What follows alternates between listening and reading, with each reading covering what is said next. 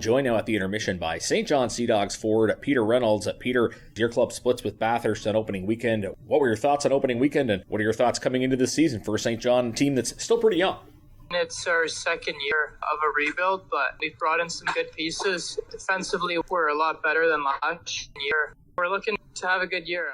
Obviously, like I said, we're still in kind of the rebuild stage, but there's a lot of confidence in our room right now, and a pretty good first weekend split with Bathurst. Our second game wasn't great, but still managed to get a point out of it. So no, we're excited for this weekend coming up. We're confident.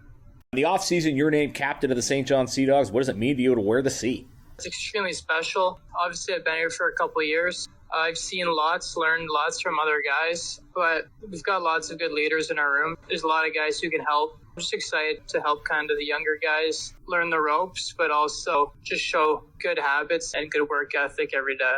You made the decision to go to the United States at an early age. You played at Shattuck St. Mary's. What was it like moving away so young, and why did you decide to do that?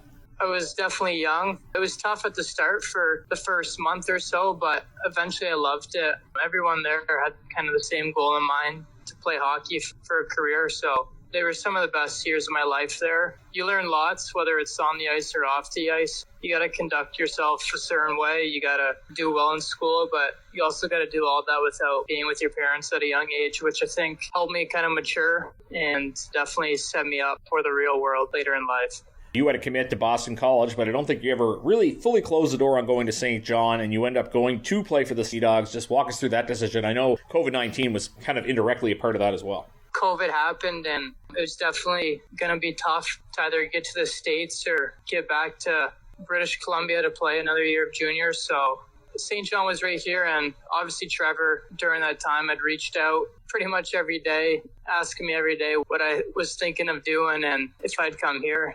And COVID kind of happened, and just an hour down the road from home was a pretty easy option to come here. You've had the opportunity to attend training camp in the NHL as well. Just tell us about the experience of Blue Jackets camp in 2021. Columbus was a great experience. You learn from lots of good pros. A lot of kids dream of getting a chance just to experience that, and I thought I learned a lot. It was special. It's definitely not the same as junior hockey. You show up to the rink whenever you want. You got to kind of conduct yourself. You're on your own schedule. That's a cool part to learn about, and then obviously you get to see guys like Patrick Laine and how they practice every day and how good they actually are. So it was an unreal experience.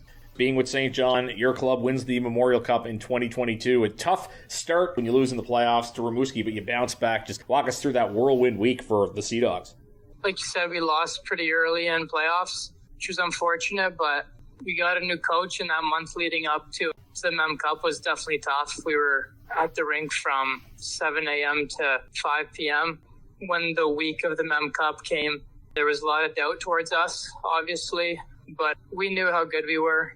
We were ready, and we beat Hamilton that first game. And I think that's all the confidence we needed to keep on rolling. I mean, we lost to Edmonton in the first 3-on-3 overtime in the Mem Cup. But other than that, we just kept on rolling. And I mean, in the finals, we liked our matchup with Hamilton, and we were pretty confident that day going into it. It was an extremely special week for sure, and something I'll never forget.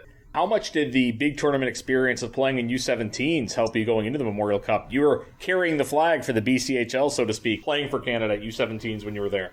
Yeah, the pressure playing for your country is definitely a big thing. And coming here, I'm kind of playing for the Q and just the Maritimes, kind of that blue collar. We enjoyed it. There's obviously a lot of pressure, but we're also kind of the underdog, which was nice to kind of turn people's heads and catch them off guard with how good we were. When you think about that Memorial Cup, how crazy is it for you to look around and see that you're the only guy left on the Sea Dogs roster from that tournament?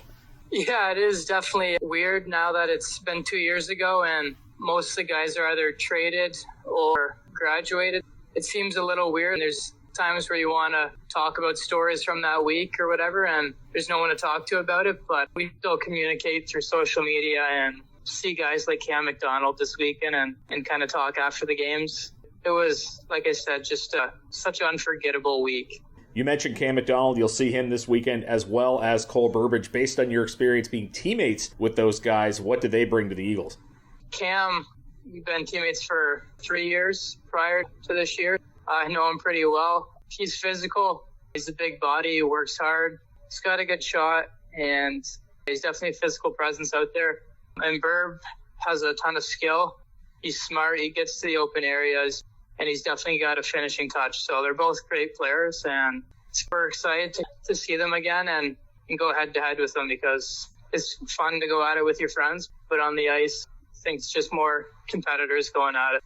Looks like you really like the off-ice activities, big into both fishing and hunting from what I understand. How much does that help you relax getting away from the game? It's crucial, whether it's during the year or in the summer. I love to fish, whether it's fly fishing or just spin. And it's nice to get away in the woods. You kind of put your phone away, no social media, and you get to relax and have fun with kind of different aspect of life. It's extremely important to be able to balance that stuff. You're in your 20-year-old season. Time in the queue is coming to an end. Do you think about what comes next for Peter Reynolds, and how much do you just try to block that out and focus on what you're doing now? Every once in a while, you get the question or the thought, but being present, I think, is the most important thing. Whatever happens is kind of in my hands with what I do right now. There's a lot of different outcomes, but it's all controlled with what I do in the present. Really just focus on what I'm doing now, and by the end of the year, we'll see what presents itself. Well, best of luck going forward, Peter. Thanks for this. Awesome. Thank you so much. That's St. John Sea Dogs forward Peter Reynolds joining us at the intermission. You're listening to Celtic Kubota, Cape Breton Eagles Hockey, 1270 CJCB.